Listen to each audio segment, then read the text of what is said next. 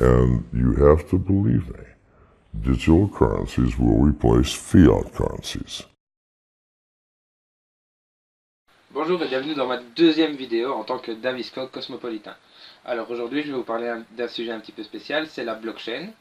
Une personne influente dans le monde actuel ainsi que dans le monde de la crypto-monnaie a fait une interview il n'y a pas longtemps et il a encore publié des prédictions ainsi que des arguments, des points de vue concernant la crypto-monnaie. Je suis bien conscient que tout le monde ne sera pas d'emblée concerné par cette vidéo, mais étant donné que je n'ai pas encore vu de traduction dans les vidéos francophones de cette interview, je voulais pouvoir vous partager les points essentiels de cette vidéo. Voilà, donc on démarre tout de suite. Les crypto-monnaies vont remplacer l'argent traditionnel.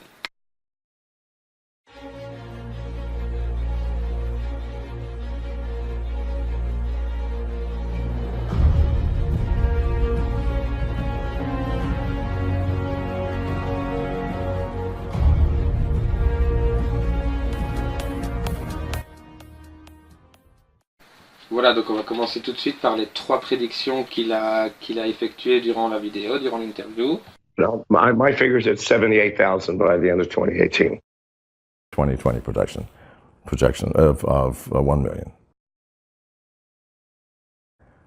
And you have to believe me, digital currencies will replace fiat currencies. Voilà, donc première prédiction, 78 000 $ pour fin 2018. Deuxième prédiction, c'est 1 million de dollars pour fin 2020.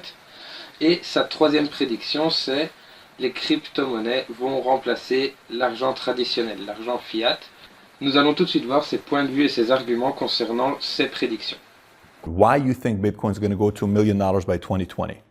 Well, there are a bunch of ways to do it. The most common way is to take the number of users of Bitcoin, because as Bitcoin expands in its user base, both people who hold the coin and people who accept the coin for payment, it's skyrocketing. Premier point de vue, le nombre de pièces en circulation. Donc après avoir miné le dernier Bitcoin, il y aura un total de 21 millions avec une moyenne de plus ou moins 4 millions de pertes de Bitcoin. Ce qui fait qu'il nous reste 17 millions de pièces en circulation. Nous sommes déjà plus de 8 millions d'utilisateurs dans les crypto-monnaies et le Bitcoin. Ça fait qu'à partir d'ici, c'est le jeu de l'offre et de la demande. Vu le capital global de la planète, effectivement, si tout l'argent se transformait en crypto-monnaie, ça pourrait faire monter le prix bien au-dessus de ça, bien au-dessus du prix actuel.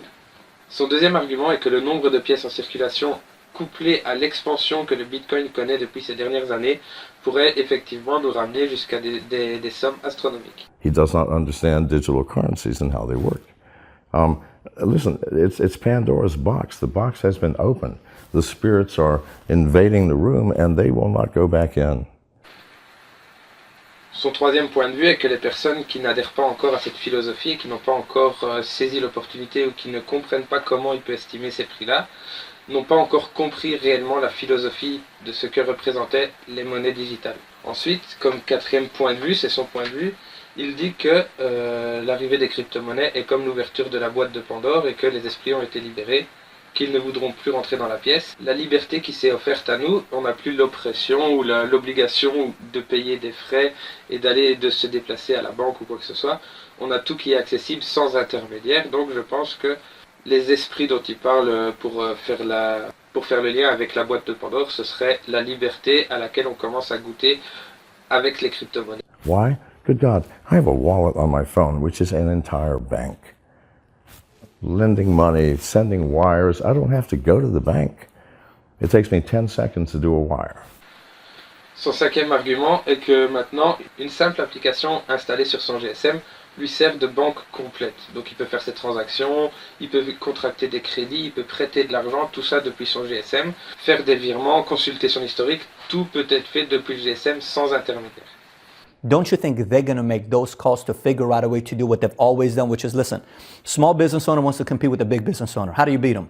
Very simple. Big business owner goes to somebody and helps them out financially in a political side and says, listen, make the barrier to enter more difficult. How do you do it? More regulations, more licensing, more laws, more rules, more this stuff. And so the new guy cannot come and compete with this guy. He has, in a sense, a monopoly with two other companies, if you want to call it a monopoly. Son interlocuteur, en tant qu'ancien membre actif de la finance, lui explique le simple principe de la concurrence déloyale. Donc il lui explique que quand une innovation apparaît, les grosses boîtes s'unissent entre elles et enrôlent de gros investisseurs afin de réglementer au plus vite l'innovation. Et c'est comme ça que, vu la puissance du réseau ainsi constitué, les petits ne parviennent pas à percer et à devenir compétitifs face aux grosses sociétés qui ont fait des accords et qui sont devenues des grosses organisations. En gros, il lui explique le fonctionnement, comment les grosses boîtes font pour écraser les petits. Voilà, ça c'est un bon petit résumé, pas trop compliqué. Making is But you're assuming that Congress can make whatever laws they want. Obviously, they can outlaw Bitcoin. They can do what they want. You're assuming that there is a possibility of enforcing those laws. That's utter fucking nonsense. You cannot stop a distributed system that is worldwide.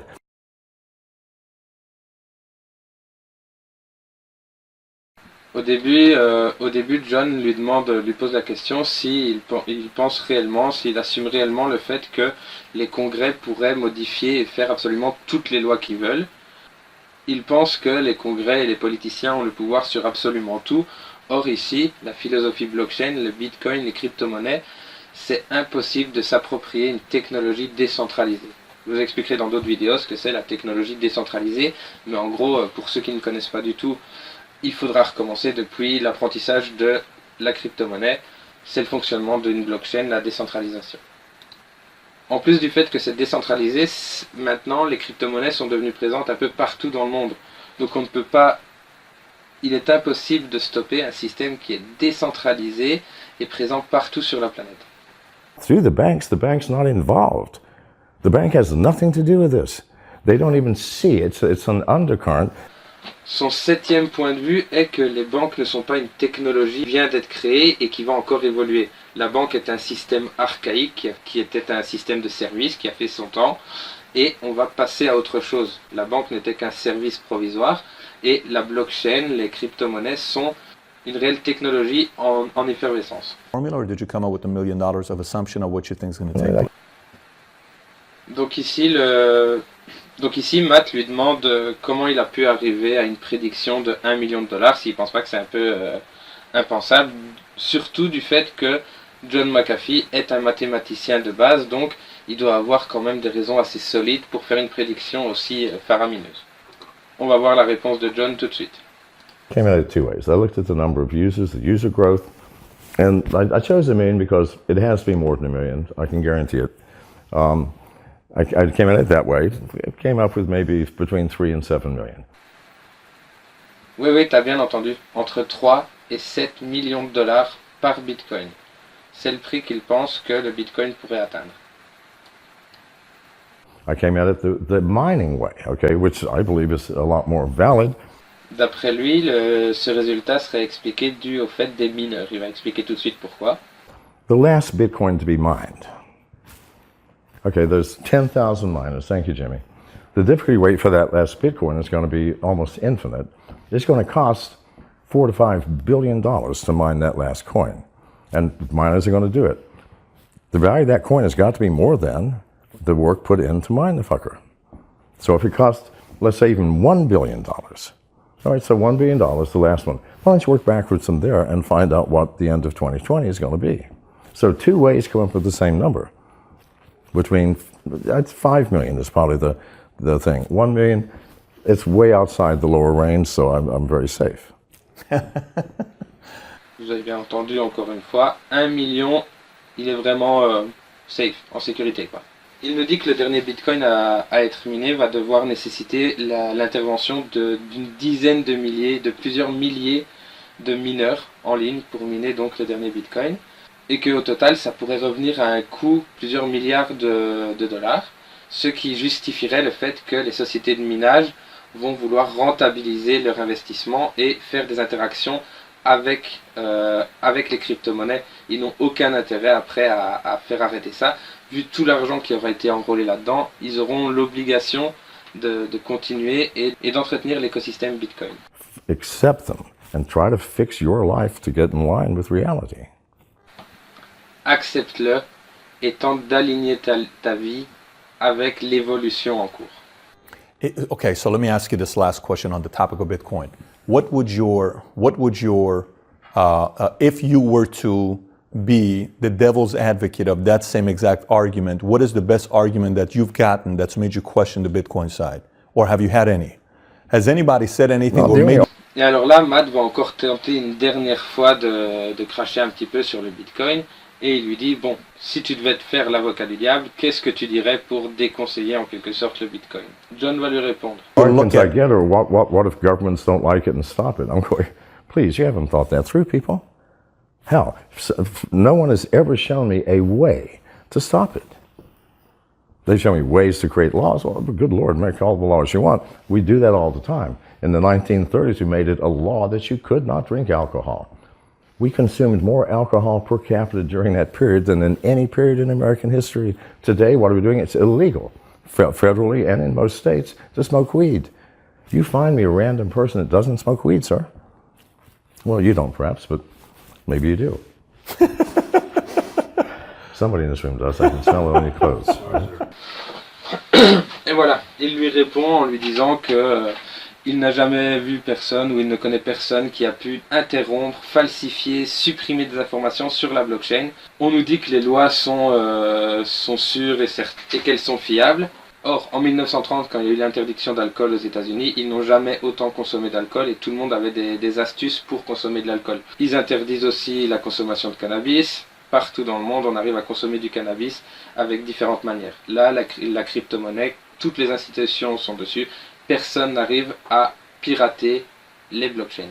On arrive à pirater des échangeurs, on arrive à pirater des comptes membres, mais on n'arrive pas à pirater les informations contenues dans la blockchain décentralisée. Voilà, donc j'ai essayé de condenser au mieux les informations sur cette vidéo. Je publierai un peu plus tard la vidéo longue où j'ai traduit la totalité de l'interview si on le demande dans les commentaires.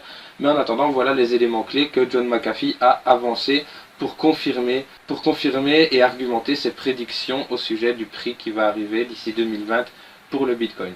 Je ne le dis pas pour moi vous inciter à acheter, pour vous inciter à croire qu'il va atteindre effectivement le million d'euros. Je vous le dis tout simplement pour vous informer, il n'y avait pas encore de traduction de cette interview. Or, je pense qu'il est intéressant d'avoir un petit peu tous les avis. Si j'ai des avis réellement contraires, comme Matt est allé interroger Jordan Belfort, qui lui, à ce qui paraît, dit que c'est totalement faux et que le Bitcoin n'a aucun avenir, j'irai éventuellement, si vous le demandez, analyser la vidéo, la traduire et voir ce que je peux en retirer pour faire une petite vidéo de contre-argumentation. Comme vous l'avez vu sur ma page Facebook, ma page va comporter 3 thématiques. La crypto-monnaie, le développement personnel, leadership, ainsi que le marketing, web marketing 3.0. Donc je vous en parlerai plus tard dans une conférence en ligne. Qu'est-ce que le marketing 3.0? On entrera un petit peu plus en détail sur les crypto-monnaies et je vous expliquerai clairement le programme qui va bientôt démarrer pour ce qui englobe la thématique leadership et développement personnel. Je vais tenter de varier assez fréquemment les contenus, donc théoriquement vous devriez avoir une vidéo et un article minimum par semaine sur la crypto-monnaie et la blockchain, sur le web marketing et le marketing 3.0 et sur le leadership, développement personnel par semaine au minimum. Voilà, la vidéo touche à sa fin. Merci beaucoup d'avoir regardé la vidéo. N'hésite pas à liker, à partager. N'hésite pas à mettre aussi en commentaire si tu as une idée de vidéo que tu aimerais bien que je fasse pour voir un petit peu comment je m'en sors ou des conseils pour améliorer justement le contenu de mes vidéos ou le montage des vidéos. En attendant, ce n'est pas mon domaine de prédilection et j'essaye de faire au mieux. Restez connectés, on avance ensemble pour notre réalisation et je vous dis à très bientôt. Ciao, ciao.